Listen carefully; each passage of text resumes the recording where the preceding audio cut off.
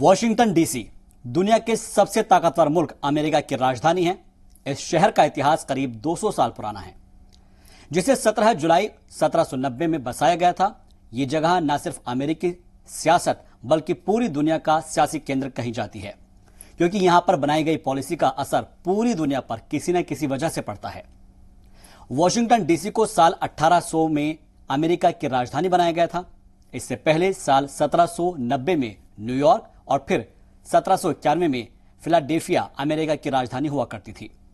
ये बात उस वक्त की है जब अमेरिका को ब्रिटेन से आजादी मिले तकरीबन 15 साल ही हुए थे और अमेरिका के राष्ट्रपति जॉर्ज वॉशिंगटन थे।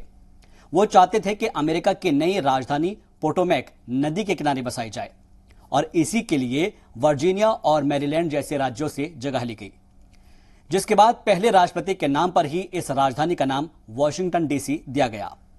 तो अब सवाल यह है कि वॉशिंगटन के साथ डीसी क्यों लगाया जाता है। दरअसल वॉशिंगटन शहर का नाम दो लोगों के सम्मान में रखा गया, जिनमें से एक तो है अमेरिका के पहले राष्ट्रपति जॉर्ज वॉशिंगटन और दूसरे हैं क्रिस्टोफर कोलंबस, जिन्होंने अमेरिका की खोज की थी। लेकिन यह शहर एक केंद्र शासित जिला है और इस जिले का नाम है डिस्ट्रिक्ट ऑफ कोलंबिया, और इसीलिए इस जगह को वॉशिंगटन डीसी के साथ कहा जाता है, या फिर यूं कहे कि यह शब्द इसके साथ जोड़ दिया गया और कहा जाता है वॉशिंगटन डीसी।